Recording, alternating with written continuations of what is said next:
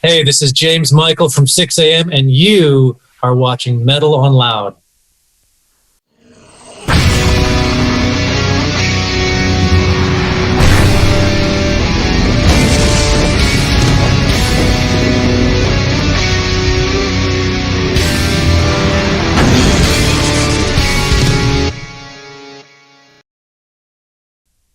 Thank you for joining the podcast, man. It's great to be here. Nice to see you. How are things in your world? Oh, everything is just fantastic. I can't complain. It's been an interesting couple of years, obviously, for all of us. But happy to be alive, happy to be vaccinated. I feel like we're starting to turn a corner here soon, so I can't complain.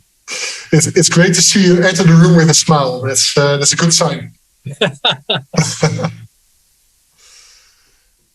So you are about to release a new greatest hits album with some new material on it. What can you tell us about the new release? Well, it's something that we've known that we wanted to do since we got off the road in 2017, I think it was. We immediately went right into the studio and started writing and recording some new material, not really planning on doing another album, but knowing that we were going to be putting together this hits package and knowing that we needed some new material for that. So that was a fun period of time because we weren't really under the same type of pressure that we have been under in prior records, because we knew that we were on a schedule. We knew we had tours coming up. So that was a very different dynamic. So it was a lot of fun for us to go into the studio fresh off of a tour with no expectations and just see what happened. So we came up with some really cool songs. And then, of course, COVID hit, and we kind of sat on those songs for a while. And then just recently, just a few months ago, we started talking about the idea of, well, I think it's time to do this hits package. And so we got together and we wrote another song, The First 21. And we just had a blast doing that. It was so much fun. Number one, because it's been a few years since we've all been together in the studio. Number two, because we were all very excited about the celebration that this hits package was going to be. It really gave us all a chance to go back and look at our entire body of work, all the way back to the Heroin Diaries soundtrack, and really just kind of be reminded of what those experiences were like and what we were thinking and feeling when we were writing and recording those songs. So it's been a really terrific experience to do this. And, for any band to be lucky enough to do a greatest hits record is it's a very satisfying and very exciting and gratifying experience. I always think that a greatest hits album has a double aspect to it. It's a double-edged sword because usually it comes at the end. Well, that's a really good point. And I think for us, we really don't know what the future holds for Sixx AM. So for us, when we sat down and started doing these recordings, it was pretty much in our minds, okay, this is a good way to kind of wrap up Sixx AM's body of work. So we were kind of looking at it as this is the end, at least for now. So that was also an important aspect to us going into the studio and doing this, because we really wanted to be able to, for lack of a better way to describe it, wrap this up and put a nice bow on it and really feel like we've controlled this from the beginning to the end. And so it was fun and it was exciting. And as I said, we never know what Sixx AM is going to do in the future. But for now, we're looking at this and saying, well, this is a good way to wrap this up. Well, you do have a package here, I think, that you can be really proud of. There's so many hits there. Thank you. Yeah, and that was also something that we talked a lot about, was how do we choose the songs for this collection? And number one, we really listened to the fans, because some of these songs that are on this greatest hits weren't necessarily radio hits, but they were songs that the fans really, really liked, whether it was in concert or just off of the albums. So we really listened to our fans and collected the songs that we felt gave even somebody who's never heard of Sixx AM before, if they sit down and listen to this hits package, they'll get a real good idea of what this band is all about, how this band started, and how we've evolved over the years. So that's exciting to us. It makes it a little easier when somebody doesn't know about Sixx AM to just say, well, here, listen to this collection of songs, and then you'll know, you'll get a good idea of what this band is all about. Yeah, usually when people ask me what Sixx AM is about, I point them to the re-edition of the debut. Oh yeah, that's I think that was our intention with that as well. And it's interesting. We've had a lot of fun going back and listening to things. Me as the producer, what I did during COVID, because I had a lot of time on my hands, I went back through all of the masters of all of our recordings, all the way from the Heroin Diaries soundtrack through This Is Gonna Hurt, Modern Vintage, Prayers for the Damned, Prayers for the Blessed. And I did remixes just for my own personal discovery of many of those songs. And it was so exciting to go back and go, wow, we were so different back then. We approached the recording process so different. I, as a producer, I didn't have that much experience when we first started doing this, mixing records. So it's just been a fun journey to be reminded of what this Sixx AM, evolution has been all about. Mm-hmm. I think that's something that good music, that's a quality it has, that you can look back on it and relive it and maybe look at it differently this time.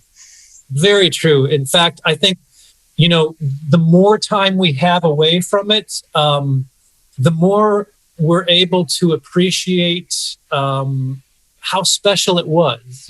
When you're in the throes of it, when you're making records and when you've just finished making a record, of course, you think that's the greatest thing you've ever done and you can't wait and you're going to go win Grammys and everyone's going to love it.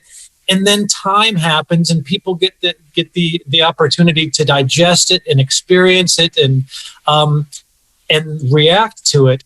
And that's when you really get a sense, once you've had some distance from it, that's when you really get a sense of the impact that a record or a song has had. And that's been that way with Sixx AM since the beginning. If you look at the new song, the first 21, there's also a book coming out by Nikki Sixx with the same title. Which came first, the book or the new song?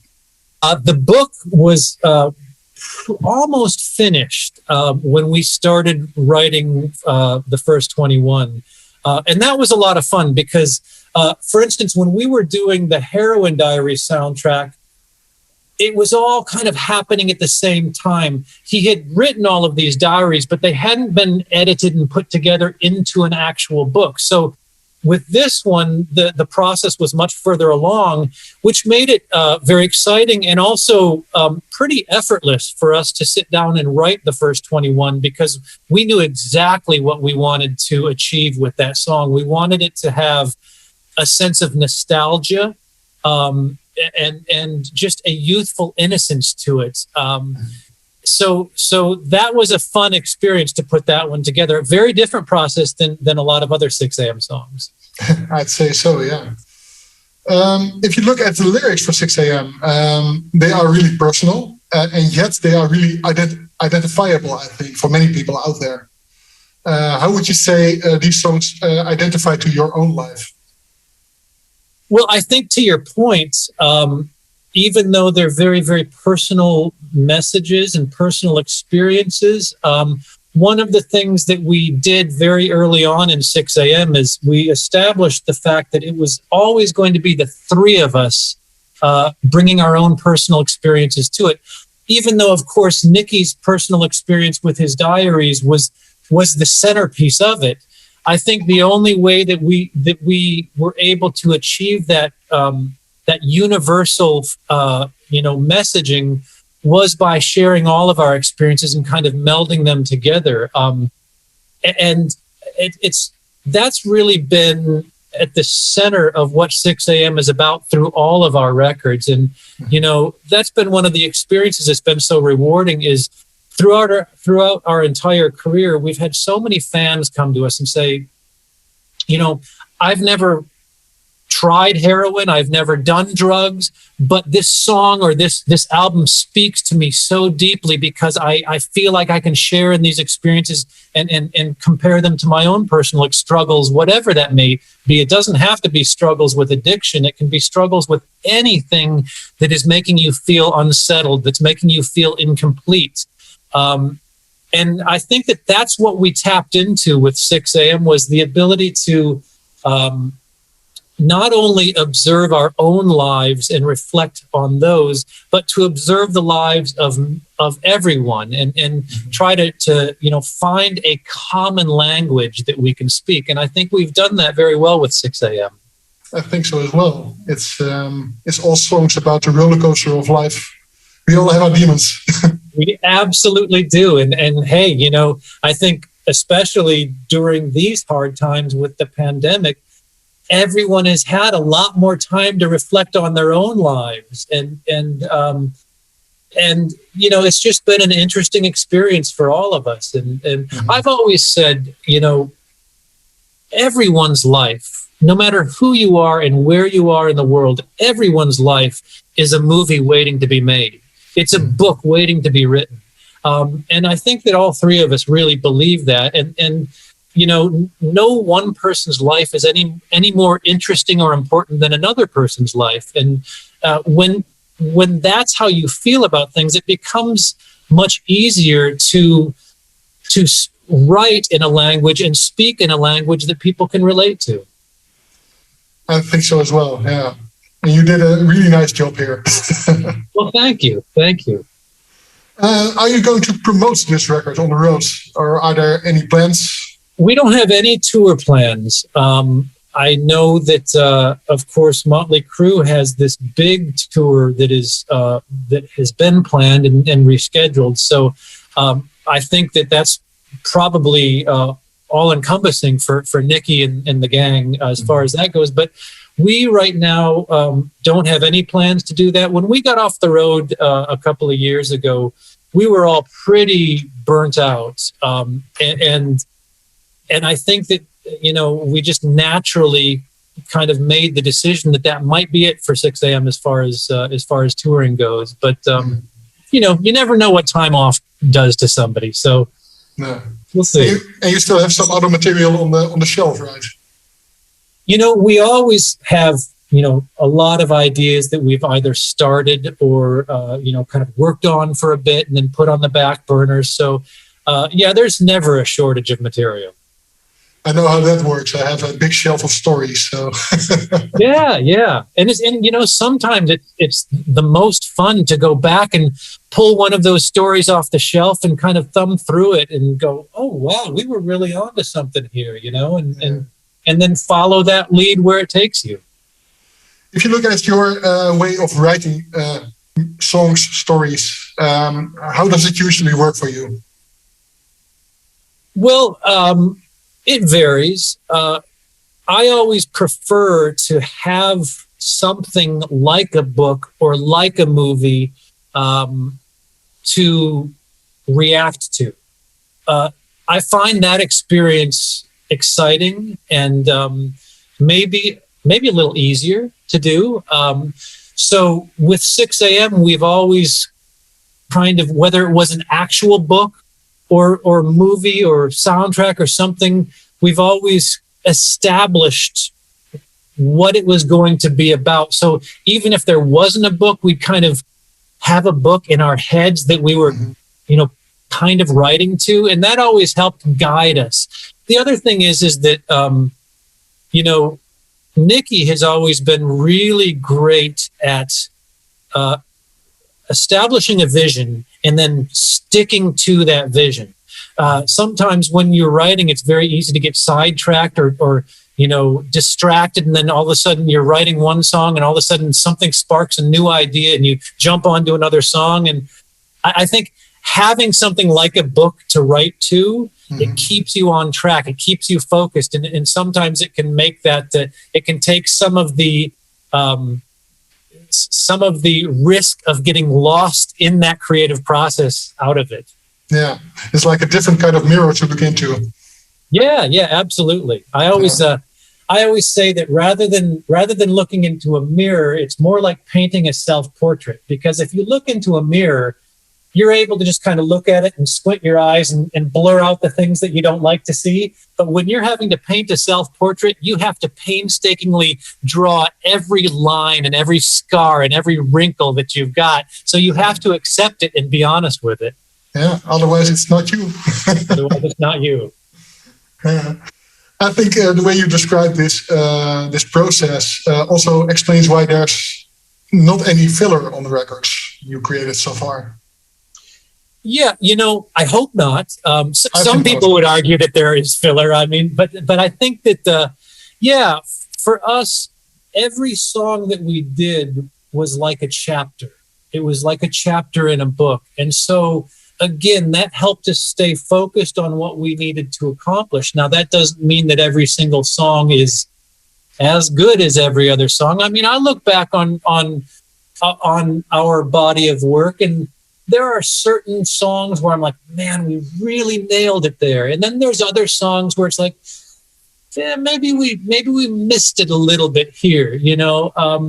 I think that I think the times where I feel or we feel like maybe we missed it was maybe when we got distracted by, trying to get on the radio or trying to achieve something, as opposed to just allowing the song to reveal what it was we were feeling at the time, And I think every band has those type of...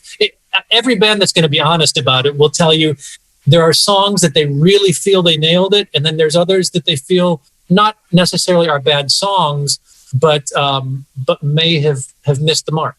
They could have been better. Yeah, they could have been better. Absolutely. Is there a song that you consider for this record, for this compilation record, that didn't make the cut? Yeah, but that's always just going to be a personal thing. There are songs off of the Heroin Diaries soundtrack that I really personally love. I love Van Nuys. I think that's a really, really special song. There's a handful of them. But that being said, I love the choices we made for the Hits album. I think that it does paint a very full picture of the evolution of Sixx AM. Those are really nice words to close on. Great. Do you have any last words for our readers, of our viewers, your fans? Well, yes. Thank you so much for the support and the interest over the years. I can't believe that I'm sitting here talking about a greatest hits album. That's just a dream come true for any artist. And that is entirely due to the amazing support that we've had over the years from our fans, and of course the incredible hard work of everyone at our management company and record label. So it's a very proud moment for all of us, and we hope that you all share in that pride and the excitement of this package. Well, I absolutely do. And I thank you very much for your time being on the podcast, and Metal on Loud. Thanks so much, man. Take care.